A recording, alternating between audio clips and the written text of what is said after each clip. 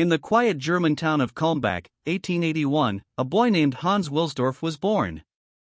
His early years were unremarkable, until tragedy struck with chilling swiftness. By the tender age of 12, both of Hans's parents had passed away, leaving him and his siblings orphaned. This profound loss was compounded by a cruel twist of fate. The family inheritance, intended to secure their future, was unjustly seized. Left with little more than his resilience, young Hans was forced to navigate a world that had, from the outset, seemed determined to deny him a fair chance. Determined to forge his own path, a 19-year-old Hans Wilsdorf left his homeland for the bustling watchmaking heartland of Switzerland. It was here, amidst the meticulous craftsmanship of La Chaux-de-Fonds, that he found work with a watch export firm, Kuno and Korten.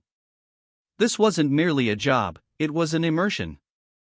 Hans quickly absorbed the intricacies of the burgeoning global watch market, learning about components, quality control, and distribution. Unbeknownst to him, these formative years would lay the groundwork for a vision that would redefine an entire industry. In the early 20th century, the pocket watch reigned supreme, a sturdy, respectable timepiece primarily carried by men. Wristwatches, by contrast, were largely dismissed as fragile, inaccurate ornaments, often worn by women for fashion rather than function. Hans Wilsdorf, however, saw something different. He observed their growing popularity, particularly among women, and recognized an untapped potential. He envisioned a future where the wristwatch wasn't just decorative, but a reliable, precise instrument, a true companion for the modern, active individual.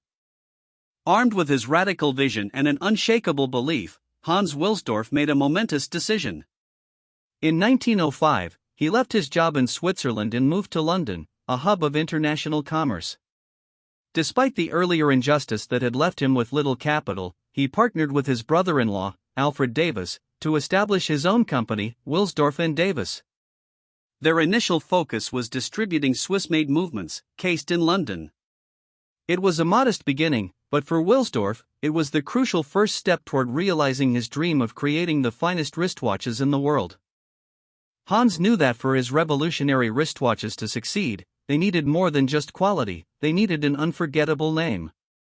It had to be short, pronounceable in any language, and distinctive enough to be easily stamped on a watch dial and printed on advertisements. He spent countless hours, day after day, trying to conjure the perfect word. Legend has it, while riding on the upper deck of a horse-drawn omnibus in London, a stroke of inspiration hit him. A genie whispered Rolex in his ear. The name was born in 1908, a word that would soon become synonymous with excellence. From the very beginning, Hans Wilsdorf was obsessed with precision. He understood that for wristwatches to gain credibility, they had to be as accurate, if not more so, than their pocket watch counterparts. He partnered with the best Swiss manufacturers and relentlessly pushed for chronometric excellence. His efforts culminated in an extraordinary achievement in 1910, when a Rolex wristwatch was awarded the first-ever chronometer certificate from the official watch rating center in Bienne, Switzerland. This was a groundbreaking moment, validating his belief and proving the wristwatch's potential. Achieving chronometric precision was a monumental step, but Hans Wilsdorf knew it wasn't enough. Wristwatches, by their very nature, were exposed to the elements. Dust, dirt, and moisture were constant threats to their delicate internal mechanisms. These external aggressors could drastically reduce a watch's lifespan and compromise its accuracy. The prevailing sentiment was that a truly reliable, robust wristwatch was an impossibility. Hans, however, refused to accept this limitation. He knew the next great innovation had to address these fundamental vulnerabilities, pushing the boundaries of what was thought possible. After years of meticulous research and development, Hans Wilsdorf's vision for durability culminated in a revolutionary breakthrough. In 1926, Rolex introduced the Oyster, the world's first truly waterproof and dustproof wristwatch. Its patented, hermetically sealed case featured a unique system of screw-down bezel, caseback, and winding crown, effectively protecting the movement from any external intrusion. This wasn't just an improvement, it was a paradigm shift. The Oyster transformed the wristwatch from a delicate accessory into a robust, reliable instrument, ready for any adventure. Having engineered a waterproof watch, Hans Wilsdorf needed to prove its resilience to the world in an undeniable way. His genius for marketing shone through. He sought a public spectacle. In 1927, he found his champion in Mercedes Gleitze, a young English swimmer preparing to attempt a grueling cross-channel swim. Wilsdorf provided her with a Rolex oyster, which she wore around her neck as she plunged into the icy waters. The world watched, not just for the swimmer's endurance, but for the performance of the revolutionary watch, a testament to Hans's daring vision and ambition. After more than 10 hours in the freezing channel waters, Mercedes Gleitze emerged, exhausted but triumphant. And so too did the Rolex oyster. The watch, despite the extreme conditions, was still ticking perfectly, its mechanism completely unharmed. Hans Wilsdorf seized the moment, launching a massive advertising campaign declaring the oyster's victory. A full-page advertisement in the Daily Mail heralded a wizardry of the Rolex watch. This daring feat captivated the public, forever cementing the oyster's reputation for exceptional reliability and establishing Rolex as a serious, innovative force in watchmaking. With the oyster's success, Hans Wilsdorf turned his attention to another major convenience innovation: automatic winding. Manually winding a watch daily was a ritual he believed could be improved.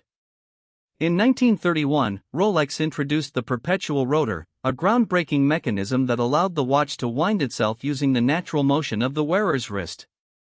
This self-winding system became a hallmark of Rolex, adding unparalleled convenience and further reinforcing the brand's commitment to cutting-edge technology. It was a step towards true liberation for the wristwatch wearer. Building on the success of the perpetual rotor, Hans Wilsdorf continued to innovate. He envisioned a watch that would not only keep precise time and wind itself but also display the date automatically.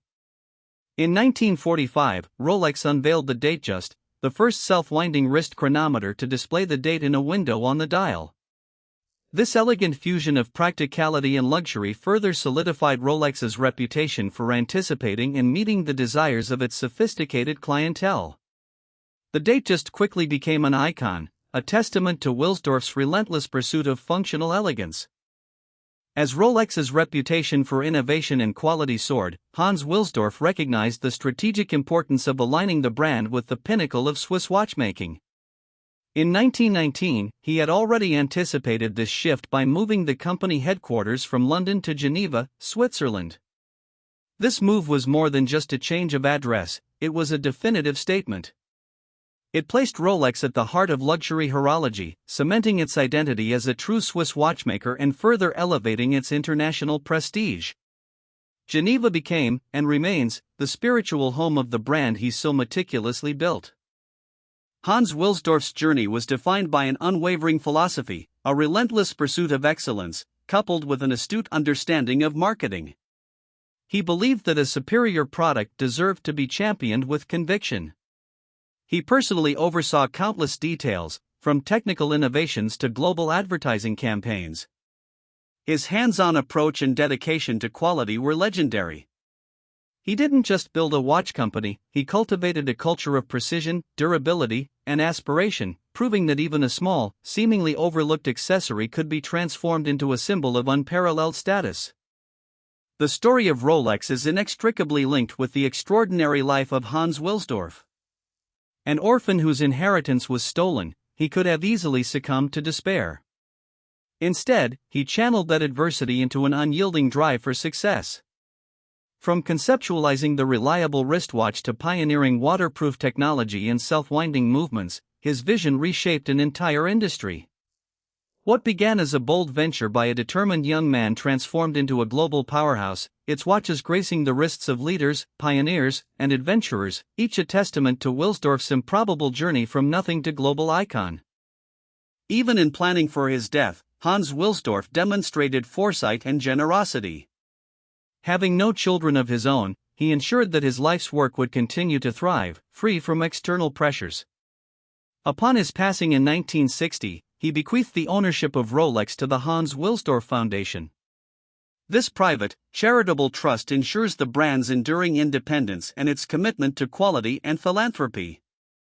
It was a final, profound act of an orphan who, having lost so much early in life, ensured his legacy would forever contribute to the betterment of society, long after he was gone. Today, Rolex stands as an undisputed titan of luxury. Its crown logo is instantly recognizable worldwide, symbolizing not just a watch, but an achievement, a milestone, a legacy. Every timepiece crafted in its Swiss ateliers carries the spirit of Hans Wilsdorf, the orphan boy whose stolen inheritance fueled an unquenchable fire to create something truly exceptional. His vision transformed wristwatches from simple accessories into indispensable tools and coveted symbols of status.